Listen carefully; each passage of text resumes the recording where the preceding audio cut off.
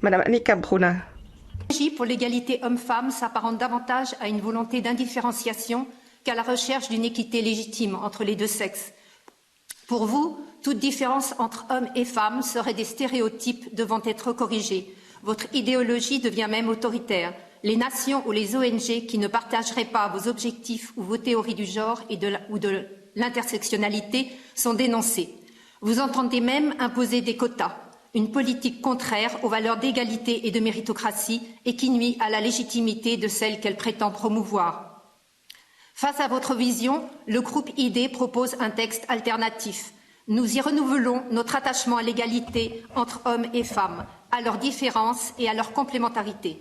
Nous rappelons ce que devraient être les priorités de l'UE en matière de droits des femmes. La lutte contre les violences domestiques, le harcèlement, mais aussi la délinquance qu'elles subissent. Le combat contre les différents trafics d'êtres humains dont elles sont les premières victimes et que la politique européenne de frontières passoires favorise.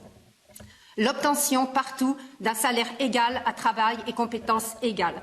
Enfin, la démocratie européenne est à un niveau dramatiquement bas. Les États membres devraient encourager la natalité en revalorisant notamment pécuniairement le temps consacré par les mères qui le choisissent à l'éducation de leurs enfants. Nous ne voulons pas imposer à nos filles de devenir des hommes comme les autres. Notre objectif est de garantir aux femmes d'Europe la sécurité, mais aussi la liberté de choisir leur mode de vie en fonction de leurs aspirations, parfois différentes de celles des hommes, mais toujours légitimes.